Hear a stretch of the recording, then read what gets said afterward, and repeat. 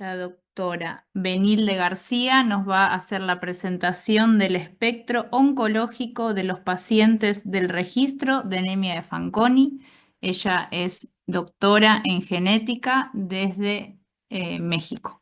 Te escuchamos, Benilde, gracias. Hola, buenos días, buenas tardes. Muchas gracias por la invitación a esta jornada fantástica.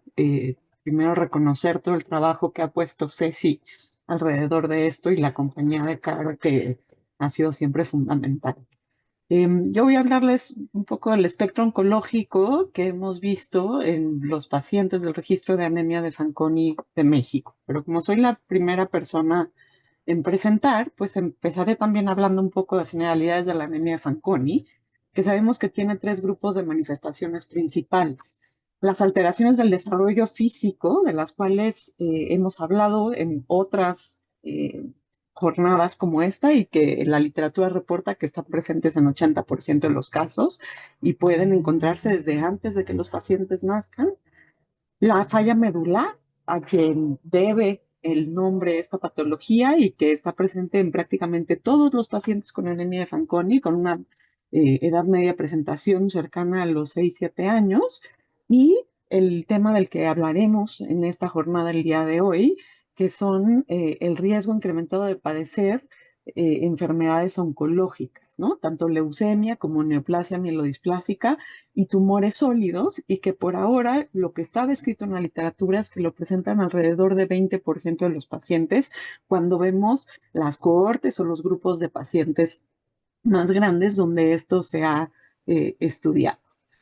Ya que es una jornada argentina, quería hacer el punto también respecto a los datos epidemiológicos. Se sabe o se ha establecido que hay de 1 a 5 casos de anemia de Fanconi por millón de habitantes. Y esta estimación en realidad viene a partir de datos que se han colectado en países, ¿no? O en regiones donde tienen registros desde hace un buen rato y son principalmente Estados Unidos, Europa y Canadá. Pero si nosotros extrapolamos esa estimación, podemos hacer pues un poco una idea de cuántos casos podríamos esperar en Argentina. Y si hay 45 millones de habitantes, deberíamos de estimar entre 45 a 225 personas con anemia Fanconi actualmente en Argentina. Y de ahí que el trabajo que están haciendo desde ALAPA y encabezado por Ceci, de tratar de hacer un registro nacional, se vuelve fundamental, porque en el momento en el que se identifican quiénes son los casos, dónde están, cómo se están presentando y qué necesidades tienen como grupo, es mucho más fácil atenderlos y hacer frente común al respecto. Entonces, la anemia de Fanconi es un defecto genético de la reparación del DNA. Lo que está afectado en estos pacientes es alguno de 23 genes diferentes que participan en una vía de reparación. Y digo 23 porque ahora sí ya está publicado ese gen 23 en la literatura. La mayoría de los casos tienen una herencia que llamamos autosómica recesiva, en la que padres sanos, que son portadores, pueden tener hijos afectados, aunque hay dos genes, FANC-B y FANC-R, que tienen otros tipos de herencia. Les digo que es un defecto genético de la reparación y el tipo de lesiones del DNA que se van a reparar por la vía de anemia de Fanconi son estos que llamamos enlaces covalentes cruzados y que lo que hacen es unir de manera covalente, es decir, que no permiten separar las dos hebras del DNA. Y estas son lesiones tremendamente malas. ¿Por qué? Porque al no permitir la separación de las dos cadenas del DNA, estas no se pueden copiar, no pueden sacar la información que está dentro. Entonces, esta vía, que es la vía FABRCA, lo que hace es poder reconocer esto y eliminarlo y reparar el DNA. Y esto lo hace a través de un mecanismo que llamamos de recombinación homóloga, donde participan estos genes, aunque no son todos, y que lo que hacen es una reparación, puede decir, casi perfecta, ¿no? En la que volvemos a tener una secuencia completamente reparada e igual a la que teníamos originalmente. Ahora, el defecto en la reparación del DNA de los pacientes con anemia de Fanconi es justamente lo que se usa para poder hacer el diagnóstico, Y esto se hace a través de una prueba que nosotros llamamos la prueba de aberraciones cromosómicas, pero también se conoce como la prueba de DEB, ¿no? O el reto con DEB, o fragilidad cromosómica. Y lo que nosotros podemos ver es que si ponemos a las células de un paciente en contacto con un agente que cause este tipo de lesiones, si el paciente tiene anemia de Fanconi, entonces vamos a ver muchas rupturas y rearreglos como estos de acá, que llamamos figuras radiales. Entonces, en un paciente con anemia de Fanconi, esperamos que o sea, de manera basal van a tener un poco más de aberraciones cromosómicas. Si les ponemos DEB, vamos a ver un aumento considerable, y mitomicina es otro agente en donde también vemos este aumento. Y aquí es importante recordar que esta prueba citogenética es el estándar de oro de diagnóstico.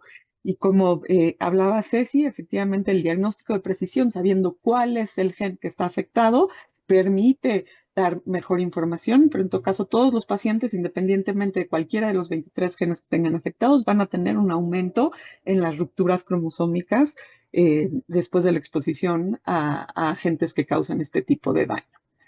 Ahora quiero como entrar un poquito sobre qué es lo que pasa con este daño, y lo que quiero un poco mostrarles es, si tomamos estos daños que ocurrieron aquí, puede ser que las regiones que se hayan roto pueden ser regiones que están regulando, voy a decir, el crecimiento celular. Entonces, digamos que hay dos características de este crecimiento celular, uno que es detente y el otro es poco. Y el daño lo que hace es romper estas instrucciones. Si tenemos una vía FA-BRCA funcional y que la reparación por recombinación homóloga, que nos da una reparación perfecta, funciona adecuadamente, entonces vamos a recuperar esa información y vamos a tener las instrucciones detente y poco respecto al crecimiento celular, y las células van a crecer de manera limitada. Sin embargo, cuando la vía FA-BRCA no funciona y tenemos este tipo de daño, podemos tener o generar una cosa que llamamos una mutación. Y esto es que haya un rearreglo de la información que estaba contenida en estos cromosomas para que diga otra cosa. ¿Y qué tal que aquí tenemos una instrucción que ahora se llama potente? Pasamos de un detente y poco respecto al crecimiento celular a una instrucción que dice crece potentemente, y por lo tanto tenemos un crecimiento importante de la célula. Si vemos nosotros a lo largo del tiempo la acumulación de mutaciones, en azul van a ver qué es lo que pasa respecto a la acumulación de mutaciones. En la línea punteada estamos hablando de lo que pasa en la anemia de Fanconi, y la línea como continua, perdón, hablamos de la población general. Estas mutaciones o estos cambios ocurren en todas las células de todo mundo, y es un proceso normal, ¿no? El irlos acumulando. La cosa es que en los pacientes con anemia Fanconi, esta acumulación de mutaciones ocurre de manera más rápida que en sujetos que no tienen este diagnóstico. Y además, la acumulación de mutaciones puede ir o va seguida también de un incremento en la incidencia de cáncer. ¿Por qué? Porque vamos acumulando instrucciones que dicen eh, justo crece potentemente y ya no detengas el crecimiento. Entonces, esto explica por qué en sujetos con anemia de Fanconi la incidencia de cáncer se vuelve mucho más importante, y además esto ocurre en edades tempranas, ¿sí? Si en la población general estaríamos esperando la presencia de cánceres más hacia la década de los 60, en sujetos con anemia de Fanconi esperaríamos que esta incidencia de cáncer empiece a elevarse, sobre todo para los cánceres sólidos, alrededor de los 30 años. Pues tenemos una aceleración, ¿no? O una presentación temprana del proceso oncológico. Ahora, en México, desde 2021, pudimos establecer el registro de anemia de Fanconi en México. Este es un estudio de investigación que tiene base en el Instituto Nacional de Pediatría. Y de 2021 para acá hemos podido reclutar 67 participantes. Ese es un mapa de México dividido entre los distintos estados de la República, y lo que están viendo es el número de pacientes que tenemos con anemia de Fanconi de cada uno de estos estados. Y bueno, y lo que hacemos en el marco del registro es, cada vez que sabemos que hay un paciente que tiene este diagnóstico, lo contactamos y lo invitamos a participar y hacemos una entrevista inicial con una exploración física extensiva y luego año con año hacemos el seguimiento de estos pacientes para ver cómo va presentándose su cuadro clínico. Ahora, voy a centrarme en las manifestaciones oncológicas que hemos visto a lo largo de estos 3 años, 4 años casi, de los pacientes que participan en el registro de anemia de Fanconi en México. Y yo les dije hace un momento que los pacientes con anemia de Fanconi tienen un riesgo incrementado de presentar leucemia y síndrome mielodisplásico. Ahora quiero también regresar un segundo a decir, los pacientes con anemia de Fanconi tienen falla medular, ¿no? Y eso quiere decir que las células de la médula ósea que viven en la médula ósea dentro de los huesos van a ir perdiéndose a lo largo del tiempo y generalmente alrededor de los 6, 7 años encontramos un punto donde estas han bajado considerablemente y se presenta la falla medular. Pero aquí puede haber cambios justo en los cromosomas y en los genes que están en esas células que tengan mutaciones que justo les digan a ciertas células crece potentemente y por lo tanto que pueda haber una expansión de ciertas células, lo cual provoca la presentación de leucemia o síndrome mielodisplásico, que en la literatura se reporta la incidencia alrededor de los 13 años, perdón, la edad mediana de presentación alrededor de los 30 años. La pérdida de un cromosoma 7 es uno de estos cambios genéticos que acompañan esta expansión del crecimiento de la célula. Ahora, en el registro de anemia de Fanconi de México, el RAFMEX, hemos identificado 3 casos de presentaciones oncológicas hematológicas. Y hay un solo caso de leucemia, que es el paciente que les muestro aquí hasta arriba. Estas son líneas del tiempo de la presentación, que desarrolló el diagnóstico unos 4 años, perdón, desarrolló leucemia 4 años después del diagnóstico y fue una leucemia linfoblástica aguda, que no es el tipo frecuente, pero entonces es una campana para decir cualquier tipo de leucemia puede presentarse. Y 2 pacientes más, que son los 2 que les presento aquí abajo, que tuvieron neoplasia mielodisplásica, que se caracteriza también por la pérdida del cromosoma 7, que es un marcador importante de esto. Así que en el RAFNEX, la edad mediana de presentación de alteraciones oncológicas hematológicas es de 13 años y medio y tenemos 4.5% de los pacientes que lo han presentado. Si lo contrastamos contra la corte del Instituto Nacional de Cáncer en los Estados Unidos, que es probablemente la corte más grande de la que se tiene seguimiento largo, aquí el 3% de los pacientes han tenido leucemia, los pacientes no trasplantados, y aquí fue donde se estimó que el riesgo de recurrencia para pacientes con anemia de Fanconi es 40 veces más para leucemia y en particular 213 veces más para leucemia mieloide aguda. Y respecto al síndrome mielodisplásico, perdón, a la displasia mielodisplásica, se identificó en 16% de los pacientes no trasplantados y a partir de esto se calcula el riesgo de más de 5,000 veces que tienen los pacientes con anemia Fanconi para el desarrollo de displasia mielodisplásica. Ahora, si hablamos de los tumores sólidos en sujetos con anemia de Fanconi, entonces quiero mostrarles que hay una presentación que llamamos bimodal. Hay un mayor riesgo de desarrollar tumores embrionarios antes de los 5 años, y por tumores embrionarios me refiero a meduloblastoma, a tumor de Wilms principalmente y a neuroblastoma, y luego hay otro momento en donde hay una presentación exacerbada y es lo que les comentaba hace un momento, alrededor o cercano a los 30 años, que es la presencia de tumores sólidos epiteliales. Entonces, en la corte de anemia del RAFNEX, nosotros ya hemos visto la presentación de estos 2 tipos de tumores.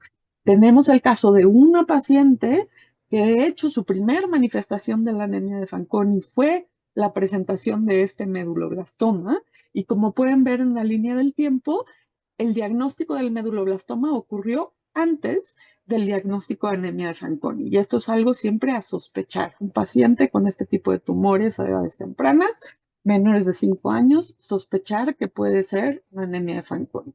Y como verán en alguna de las pláticas más adelante con el doctor Moisés Fiesco, esto se asocia con genotipos o genes alterados particularmente. Y en este caso en particular fueron variantes en el gen que se llama FANCD1. Ahora, también se han presentado otros 3 tumores sólidos, estos todos en pacientes, perdón, mayores de 18 años. Pueden ustedes ver aquí que en estos otros 3 pacientes el diagnóstico se hizo alrededor de los 7 años, como es esperado, y debido a la presentación de falla medular. Hay 2 pacientes que fueron trasplantados y el trasplante ocurrió entre 2 y 4 años después del diagnóstico, y la presentación de cáncer en estos casos fue cáncer de lengua a los 18 años para una de las pacientes, y esto fue 4 años, perdón, 6 años después del trasplante. Tenemos otro paciente que hizo un cáncer de cabeza y cuello, y quiero mostrarles aquí una fotografía de cómo puede verse como esta lesión despulida de la mucosa, ¿no? Y que podemos también como llamar como eritroplaquia, es una placa de color rojo y que es visible a la inspección, y de ahí la importancia de inspeccionar las bocas de todos los pacientes con anemia Fanconi de forma regular. Y este lo presentó a los 35 años, lo cual es 25 años después de, el trasplante.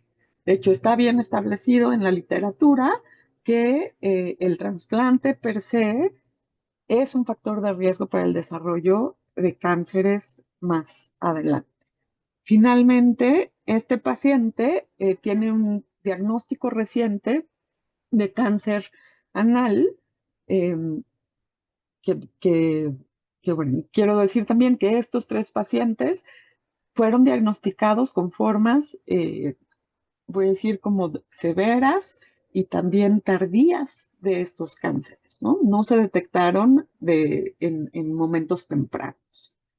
Entonces, si consideramos la corte del RAFMEX, tenemos 4 sujetos que han presentado cáncer sólido, lo que nos da prácticamente 6% de los casos, y con una edad mediana de presentación de 24 años para todos ellos, incluyendo embrionarios y tumores sólidos. Y cuando lo contrastamos contra la cohorte del Instituto de Cáncer de Estados Unidos, la edad mediana en esos pacientes es de 30 años, hay 12% de los pacientes que han presentado tumores sólidos, y el riesgo relativo, perdón, para los pacientes con anemia Fanconi, de acuerdo a esa corte, es de 19 veces más para desarrollar tumores sólidos. Pero si lo vemos individualmente por tipo de tumor, vean que el riesgo de desarrollar cánceres de cabeza y cuello es de 527 veces más, de cáncer de vulva 582 y de cáncer humano 256 veces más. Entonces, una vez más, quería yo puntualizar que a pesar de que la cohorte del RAFMEX es una cohorte joven, principalmente constituida por pacientes pediátricos, sí estamos viendo ya el espectro oncológico que incluye los tumores sólidos, más bien la tercera década de la vida. Y bueno, si tomamos en consideración todas las presentaciones oncológicas que hemos visto hasta ahora en el RAFMEX, la frecuencia en nuestra población ha sido de 10%. Pero nuevamente, esto es una corte joven, en donde no todos los pacientes han llegado también a la edad de riesgo de algunos de estos tumores.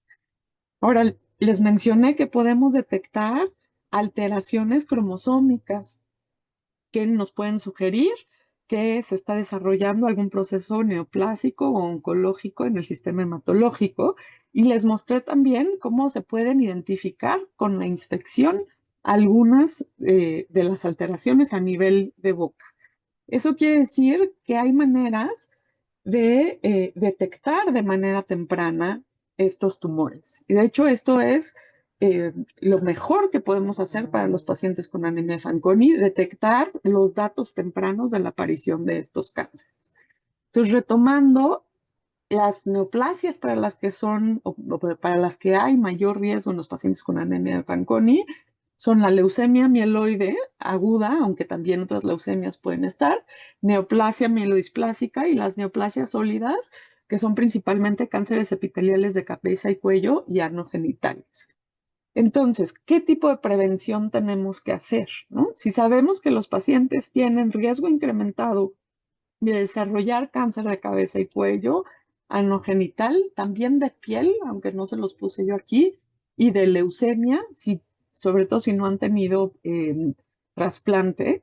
Entonces, una biometría hemática cada 3 meses y un cariotipo en médula ósea con la búsqueda intencionada por esta metodología que se llama FISH de las alteraciones de los cromosomas 1, 3 y 7 que pueden ser indicadores de progresión. Y bueno, y aunque todavía no hay a lo mejor como unas guías como completamente soportadas, porque justo se están construyendo en este momento, estas son las recomendaciones del grupo alemán. Quiero mostrarles cómo dicen, hay que hacer una revisión por el dentista cada perdón, de 2 a 4 veces al año, es decir, cada 3 a 6 meses. Idealmente tendría que verlos un gastroenterólogo para ver, perdón, un otorrinolaringólogo para ver garganta una vez al año. Hay que hacer una revisión cada 2 veces al año buscando datos de cáncer anogenital por inspección. El dermatólogo debe ver al paciente una vez al año para revisar toda la piel y detectar posibles cánceres de piel. Y si no han sido trasplantados, como es la mayoría de los casos, por lo menos para los pacientes que vemos nosotros en México, el seguimiento por el hematólogo con la búsqueda de los marcadores a nivel de médula ósea. Ahora, en los subgrupos donde hay un mayor riesgo para tumores embriológicos, se recomienda también hacer un ultrasonido renal cada 3 o 4 meses hasta los 7 años por el riesgo de tumor de Wilms y una resonancia magnética cerebral hasta los 3 años, cada 3 meses y luego hasta los 6 años, hasta los 5 años. El interés de hacer toda esta búsqueda intencionada de posibles cánceres es detectarlos de manera temprana. Y lo más importante de detectarlos tempranos es que entonces hay mayor rango de opciones de tratamiento. ¿Por qué? Porque la mayoría de los tratamientos convencionales contra el cáncer lo que hacen justamente es causar lesiones en el DNA. Entonces, el cisplatino, por ejemplo, que es el tratamiento de elección para los cánceres de cabeza y cuello, lo que hace es unirse directamente al DNA y esto es reconocido por la célula y dice, estoy dañado y ya no debo de seguirme dividiendo, necesito irme a muerte. Y una de las lesiones que hace en particular es justo a la que los pacientes con anemia de Fanconi son tremendamente sensibles. Entonces, el uso de cisplatino, este tipo de fármacos, lo que quieren hacer es que las células cancerosas vayan a muerte. El problema con los pacientes con anemia de Fanconi es que al no tener esta vía de reparación, afecta mucho, no solo las células cancerosas, sino también las cancerosas, y hay una toxicidad extrema, lo que impide el uso de este tipo de terapias en estos pacientes. Solo quiero mencionar esta publicación del grupo de la doctora Grandeis, que es una de las expertas en cáncer de cabeza y cuello, en donde indica que el tratamiento para tumores de cabeza y cuello en pacientes con anemia de Fanconi, lo ideal es que cuando se detectan de manera temprana es hacer una resección quirúrgica completa y luego un seguimiento estrecho. Si está avanzado, hay que hacer la resección completa y luego terapia de radiación y tal vez tratar nuevas terapias como inmunoterapia. Y cuando es metastásico o recurrente, se tiene que pensar en otros fármacos como los inhibidores de GFR, de los cuales les hablarán al final de esta jornada. Y finalmente decir también, ¿no?, que los pacientes con anemia de Fanconi tienen cánceres agresivos, difíciles de tratar y que no todo el mundo tiene experiencia en esto. Así que es importante acercarse a médicos o a grupos que hayan tenido experiencia. Y para eso el Fanconi Cancer Foundation pone a disposición este Tumor Board virtual al cual los médicos que tienen pacientes con cáncer pueden acercarse para pedir asesoría o discutir los casos y también los pacientes directamente pueden acercarse. Y bueno, finalmente, nada más agradecer a todos los pacientes con anemia Fanconi que han decidido participar en el Registro de Anemia de Fanconi de México y a ustedes por su atención. Muchas gracias.